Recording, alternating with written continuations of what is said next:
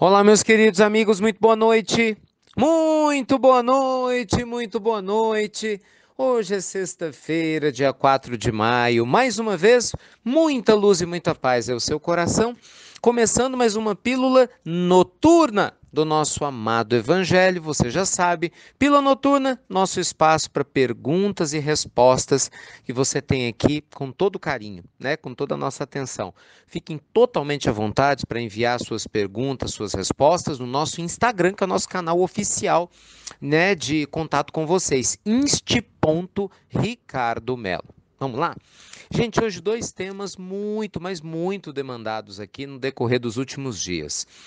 Nós vamos representar a resposta da Valquíria Bond, mas assim como a Valquíria, muitas outras pessoas, principalmente depois que eu gravei a pílula sobre a questão da doação de órgãos, têm perguntado sobre a cremação e a visão espírita e espiritual da cremação.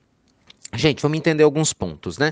Primeira coisa que é fundamental sempre se recordar é que esse período de perturbação do nosso espírito em relação ao corpo, quando fisicamente o corpo morre, depende da evolução do espírito.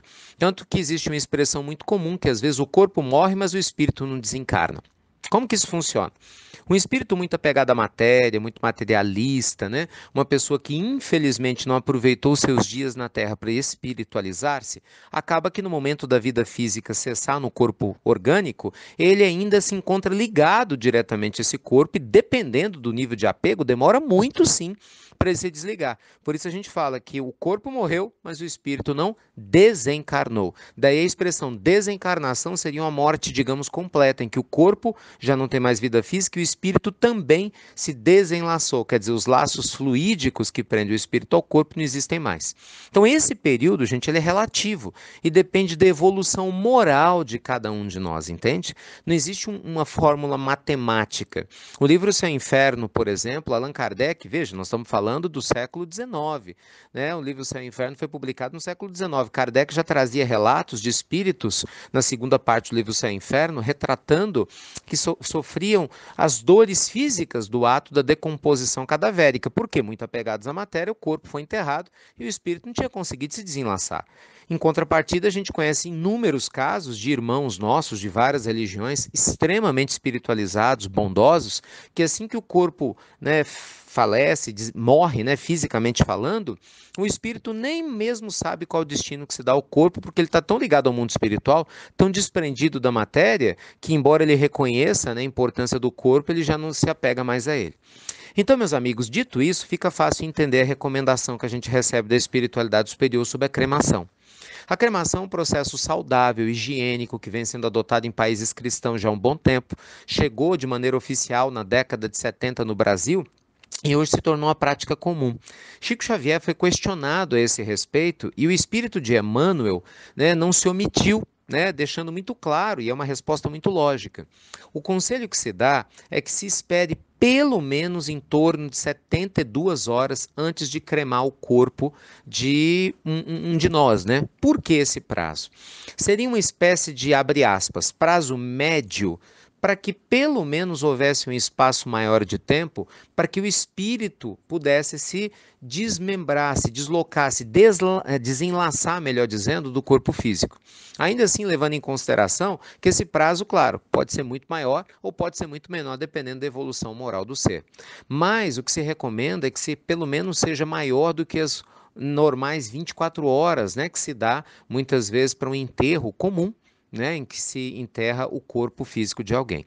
Eu sei que essa é uma questão que para muita gente não é prática, já que muitas pessoas, né, têm a questão emocional de ter que aguardar, imagina, 2, 3 dias, né, o corpo de uma pessoa que ama tanto, né, esperando numa câmara frigorífica até dar esse prazo, mas se você realmente se importa e se interessa pela visão espírita e espiritual, essa é a visão oficial que nós temos. Ainda nada foi dito que supere essa orientação dada por Emmanuel, reforçada por Chico, inclusive, algumas vezes, trabalhada por Emmanuel também no livro Consolador, nos orientando nesse sentido. Agora, fiquem tranquilos, né? Também não quer dizer que a pessoa, porque ela foi cremada, né, fisicamente durante um tempo inferior a isso, que ela chegou no mundo espiritual sofrendo, passando sufoco. Não é isso. Cada caso é um caso, entende? Tanto que o sofrimento que um espírito vai ter no mundo espiritual, sendo cremado com 3, 4, 5, 10 dias, por exemplo, hipotéticos, né? Ou fosse enterrado 10 dias depois, se ele for pegar da matéria, vai sofrer do mesmo jeito, mas não porque foi cremado ou enterrado, mas porque, infelizmente, ainda não se espiritualizou. Por isso, ao invés da gente se preocupar com a forma como vai se dar a nossa morte, foi o que falamos na doação de órgãos, nós temos é que nos preocupar com a maneira como nós estamos vivendo hoje. Tá certo? Segunda pergunta, gente, diz respeito ao autismo, é pergunta da Lília Maia, que também nos pergunta lá no Instagram a visão espírita do autismo. Gente, a visão espírita e espiritual do autismo é a mesma que se dá para todos os tipos de paralisia cerebral ou de deficiência física, né, seja quais forem. O espírito passa por uma prova, né, inerente às necessidades do seu ser interior, que pode ter, enfim, usado mal a sua inteligência na vida passada. Segundo Chico Xavier nos conta, inclusive, num depoimento que é público, numa entrevista da Hebe Camargo e a Nair Belo, né, que está público no YouTube, vocês podem assistir essa entrevista, que muitas das crianças, pessoas que têm problemas de paralisia cerebral, de autismo, de várias problemáticas, são companheiros que se suicidaram na vida anterior, muitas vezes prejudicando o próprio corpo, né, e o cérebro, dando tiros, e acabam reencarnando com essa deficiência física.